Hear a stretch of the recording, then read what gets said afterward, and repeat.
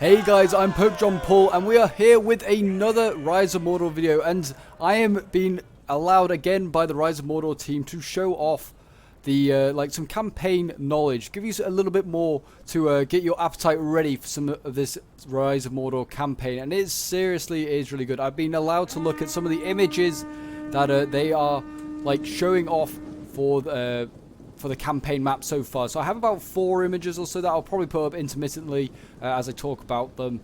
And I mean, the first one that we kind of have, which I'll probably show off straight away, is probably like this first image, which is they've labeled as grass, which I presume is they've got like all like the certain regions and stuff like that, and like how it's going to be developed. I mean, we've got like Eriador in the north, obviously northwest anyway. We've got like Mirkwood, Dale, Dorwinion, all on here, and they've all got their different like areas that they mark down, and like what are going to be, like what terrain is going to be there exactly, and yeah, it looks really nice. I really like what they've done so far. I mean, I don't know how much of this work has actually been done exactly, but yeah, it certainly looks really good. I mean, you can see like they've marked, hopefully I will put these images up and they'll be fairly clear, but there are like shows like all the different types of like terrain they're going to have. They've got like beach, they've got river, lakes, marshes, waterlands, rocklands, they've got or wastelands, not waterlands, wastelands, I do apologize, plains, steppes, dense forest, jungle,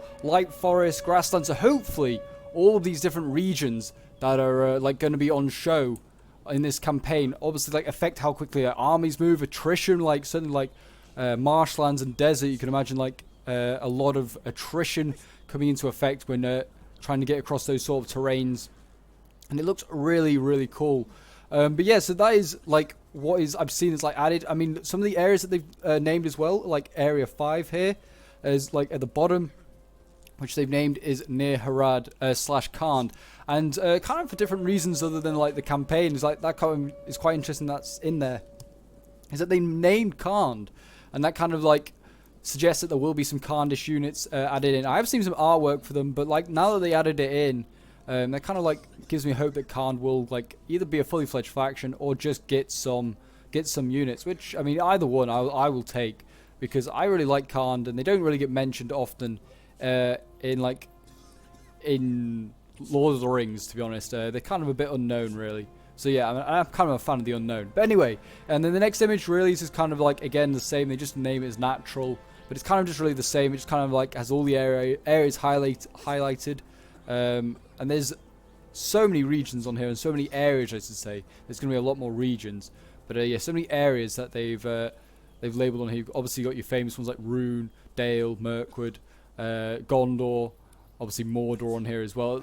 Lots of different regions that I'm really excited for and seeing. And like the next one, the next image, the third image, is a very interesting map. You might not be able to tell from all like the little dots on here, but like for me, I can see, and like all these like red dots, for instance, show off where all of the like the settlements are going to be. So you've got like the big square settlements where you have the capitals for the provinces. So that's really good. So we can now see where all the province capitals are going to be, and all the minor settlements as well, which are the circular like red dots on here as well. We also have like desolated settlements, I presume ones that you can like occupy eventually. So there might be like old like Mordor or maybe Arnor strongholds that you can then reoccupy as either like as Mordor, Angmar, or like, well, I guess as whoever, probably. If you have the money, you can probably occupy. That's kind of like how Attila works. And they've got where all the roads are going to be going through, so like all the famous roads. Your bridges on here as well. It looks amazing. They have all the little, hopefully like the key comes up and you can be able to tell. It looks really good. So I mean, yeah, there's so many red dots on this map, so there's going to be a lot of settlements, and it's really good. And so obviously the most populous areas for like cities are kind of like in the north, where like Mirkwood, Erebor, Dale, there's a lot around there. There's a lot around like Ravanian and like the runic areas, with obviously like Ravanian and Rune being there. And then obviously Mordor, Gondor have also got a fair amount of settlements there as well. So it's going to be really exciting to see what they can do with that. And there are a few off to the east as well, which is quite interesting. I'll come into that in a moment. But there are some near, I think it's called the Red Mountains. And I'll get into that in a moment, because I do have a few questions which like have been asked by the asked to the team, and can give you a little bit more insight into what's going to be added in this game. Enemy units have been rallied. So that will be really, really good to see. So yeah, I'll show you the final map now, which is this final one, which is also called Political B. And this one is really interesting because Political B gives off where all the regions are going to be. So like I did mention in the previous video about the campaign, about what all the how they're going to divide the regions and stuff like that. There's going to be lots of regions with all provinces with lots of cities within them. So now obviously in this final map, you may be able to read out, or like be able to tell what some of the regions are. So you've got like obviously Dorwinion again mentioned. You've got Ithilien, you've got Eastern Gondor. You've got Poisonous Lands, which is around like the south of Mordor, because Mordor's main region is called Gorgoroth or something like that. I presume I'm maybe butchering the names. You've obviously got Breeland on here. You've got the Shire, of course. You've got Dunland. You've got Desolated Rudar. So obviously, yeah, like Rudar will be desolate at this point. You've got Old Angmar. You've got like Moria as well. Lorien. I can name them all. You've got very, very famous regions. There's so many, and they look amazing. And it's going to be like really good vibes right now, like what they are doing. And so it looks like there's going to be loads of regions, and there's even sea regions, so there will be navies. So that's what's most interesting, that they are going to have navies involved in this campaign, which I am excited for so much. And yeah, I mean, I hope then that means that for the future then you could see naval combat, like play the battles, maybe in like a custom battle as well. I do not know. But I'm going to quickly go on to some of the questions I've been given. I don't think there are any more images I need to be showing.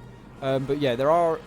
That is basically all the images. And I'll quickly go on to some of the questions that they've like got. So so the first question is, how do we treat areas which we like they know very little about? So obviously like the lore for like Tolkien's lore, it's not fully discussed in like every region. Like some regions are more well known than others. So yeah, for these areas they've decided, for these areas we try to deduce as best we can from the lore what things would look like. Adding in a small extra detail in areas Tolkien did not cover extensively, such as Far East, which is necessary to maintain a balance across the map. In terms of level of detail and gameplay value, it should be mentioned that the map is created from a Gondorian point of view, hence extensive use of Sindarian names. Using this method, we are able to stay faithful to Middle-earth itself, but also to, if also actually necessary, fill in the gaps. So obviously, yeah, like the East is very little is known about. Obviously, like there's the famous blue wizards that go off into the East and disappear forever. So the East is very mysterious. We're like beyond Mordor. Exactly what is going on there, no one knows. And like the mod team are going to try and put in what they can to make it worthwhile playing there. Otherwise, why add it? So yeah, it will be quite interesting to see what they do with that. What's up with the Orkani Mountains to the far east? Which again, that kind of like highlights on this unknown eastern factor. And the answer to that is, different map concepts considered lore-friendly disagree over the actual location of the Red Mountains, commonly known as the Orkani, and home to 4 of the 7 dwarven houses. Something I did not know. I did not realize so many of the dwarven houses were in the east, or that far to the east. Upon consideration, we decided it's a good idea to include the Red Mountains. And, yeah, sorry, the Red Mountains is an excellent way of adding some detail to the eastern areas of the map. It also gives us flexibility with regards to what we want to do with the Orkani dwarves further down the line. Hence, you will also see that one settlement is actually located to the east of that mountain range. So again, like I was mentioning, like when we were showing off the settlement map, you saw like there were a few little red dots off to the east beyond the mountains. Really interesting what they do there. Also, that kind of hints that if they're going to be in the campaign, that the Orkani dwarves are going to be in like multiplayer battles, which is excellent. We're going to have another dwarven faction. And then, why has Harad been extended slightly further south? Is the next question. We tested several model maps throughout the development process, and it turns out the current map size, as in width vis-a-vis height, is almost exactly the same as the original Attila map. On top of that, extending the map slightly further south allows us to add some extra detail far Harad, which in the same spirit with the Orkani dwarves gives us some flexibility with specific units from that area, making concrete the very few bits of info we have on Far Harad. That, I guess, also kind of highlights in Khand, because they have very little like idea about like what is going on in Khand. They kind of know where Khand is in lore, But like if they add it a little bit further south, it allows like Khan to be added into the game because, well, they're in the map goes that far south, so that means that Khan can be added. That's kind of like, I think, their idea. Like, yeah, so the more they add of the map, that means more units they can add as well. Because there's no point like having like Khandish units in if you're then not going to have Khan on the campaign map, if you get what I mean. And what does the province setup look like? Is it still 3 regions per province system from the base game? It's kind of like so we like touched on in the previous campaign video, like that they may differ how many cities are going to be per province. They did say like it could be between 1 and 3, or they might just standardize and keep it all 3. And they've answered this by saying, we decided to stick with this as we originally weren't sure we could deviate from vanilla system, despite the fact that it turns out to be possible, as seen with like 1212. Like they have like 1 city per province. The 3 regions per province is actually a configuration that fits our setting very nicely, mainly because many Middle-earth names refer to large parts of the map, and its setup allows them to be featured. Plus it could add some depth to future campaign gameplay in context of edicts and buildings. So there you go, that are all the questions. I'm really excited for like this. I can't wait to get my hands on like alpha if I ever get the chance to, and have a go with it. But yeah, like that kind of answers a few more questions and gives you a little bit more of a nugget as to what's going on with the campaign development. I definitely would recommend subscribing to the Rise of Mordor channel if you haven't already. They are doing a lot of streams at the moment, showing off like new units, like editing the campaign map, or creating I should say. So if you want to like keep up to date with what's going on with the mod, fully recommend going subscribing to their channel, and I will certainly be covering it when I get the chance on my channel as well. The campaign, it looks like it could be really, really fun. But anyway guys, that is where I'm going to finish this video for today. I hope you guys have enjoyed, and yeah, I can't wait for this campaign, and see you guys later.